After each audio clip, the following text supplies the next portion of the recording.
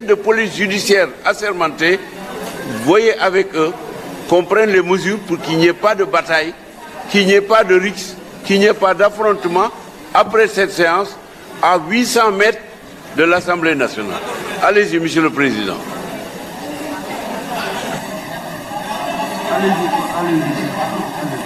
Voilà, je disais que nañ ko def boo gis nañ ko waxtaanee moo ko gën.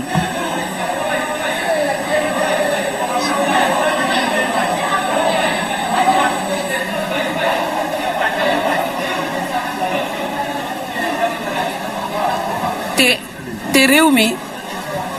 am na fuñ toll ñun homme politique yi yenn saa yi nga dégg ñu naan fee tampi fii tampi mais je pense que les Sénégalais commencent à être tampi des hommes politiques et il faudrait que ñun qu'on change notre copie. Je pense que l'effort que nous déployons ici pour nous batailler, pour nous crêper les chignons, si nous déployons ces mêmes efforts, je pense qu'il n'y aurait plus d'abris provisoires dans ce pays. Je pense qu'il n'y aurait plus de médecins non affectés dans ce pays. Les sujets qui nous concernent sont d'autant plus importants que les petites querelles que nous menons au sein de l'hémicycle. Xale yi dañ ñuy seetaan ndaw ñi dañ ñuy seetaan te nag ku am responsabilité jiite jàpp naa ne da nga war a am comportement bu exemplaire. Point de leadership sans éthique. Point de leadership sans comportement exemplaire. Donc ñun homme politique yi ñun ñi nga xam ne dañuy wane ne ñun dañuy def politique je pense que ni jot na ñu soppi suñu jikko. Am na Sénégalais nawlootuñ ñu Sénégalais yëpp muy pouvoir di opposition kenn nawlootul homme politique yi da ngay rus sax am gàcce sax ne homme politique la boo gisee yenn comportement yenn basse suñu def ngeen baal ma nag ci kàddu yu dëgër yi ma yëkkati. Voilà monsieur le ministre dama la doon wax ni nañ ko def boo gis nañ ko waxtaanee ko gën ndaxte Sénégal lépp ñëpp la lu ne ku nee ngi ci. Je pense que question de terrorisme nekk na question bu nga xam ne c'est une question centrale et dafa war a ëmb ma jumelle ma ruubeewu ma de te dàqoo ma ko nag voilà avec tout le respect que je vous dois je sais faire ça mieux que vous mais par respect aux Sénégalais qui nous regardent je ne me rabaisserai pas à votre niveau. Monsieur le ministre, les Sénégalais nous regardent et je pense que la question liée au terrorisme devait être débattue de fond en comble. Tey lépp loi bu ñu voté ci Sénégal daf ñu engagé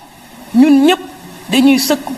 d'accord ci même si bu fekkee ne d'accorduñ ci moo tax yenn débat yi bu ñu ko war de waruñu ñëw ba fii di leeral la lanterne des Sénégalais waruñu xaar ba nit ñi naan suba génn leen ñuy door a expliquer. Je pense que séance d'explication boobu moment de communication yooyu moo njëkk jiitu ndaxte loi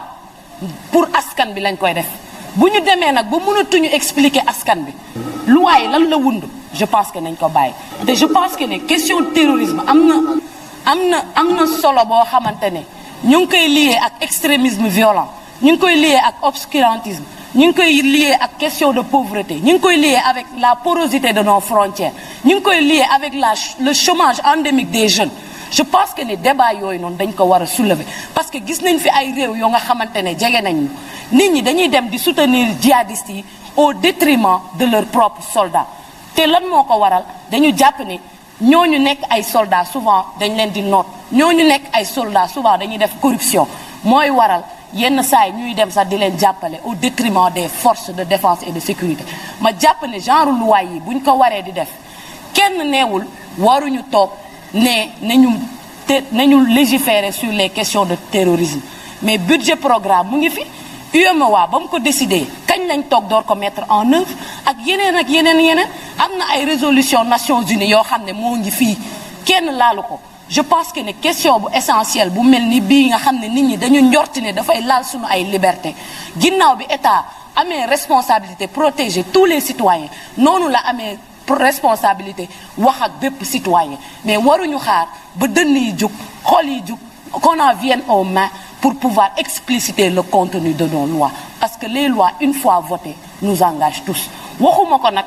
pour sànni xeer waxuma ko pour xarab dama koy wax pour defar ndax Sénégal ñun ñëpp la ñor ñun ñëpp ñoo bëgg Sénégal ñun ñëpp ñoo fonk Sénégal ñun ñëpp ñoo am responsabilité ëllëg si biir bu ñu paree li ñu dénk ñu ne lii ak lii la ñu def waxuñu ko pour nit ñi foog ne dañuy wut buzz bu doon loolu la ñu dem defi leneen ndax ginnaaw assemblée ñun am nañ beneen vie bu assemblée jeexee dañuy dem defi suñu liggéey dañ koy wax pour defar dañ koy wax parce que Sénégal moo ñu ñor te bu réew mi di tàkk kenn du si mucc kenn du si mucc encore une fois kenn du si mucc du presse du pouvoir du journaliste du imam du kenn jot na nag réew mi ñu mel ni ñoom président Moustapha Niasse nga xam ne ñooy magu réew mi ñu woo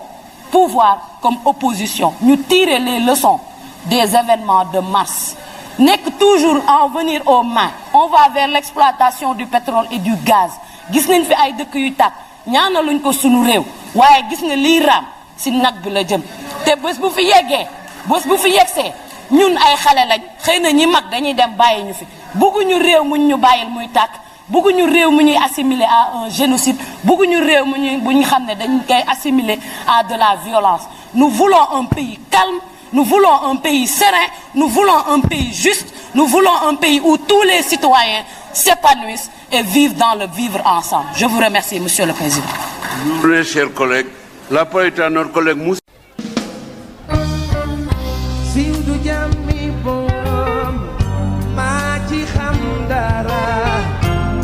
Hallelujah.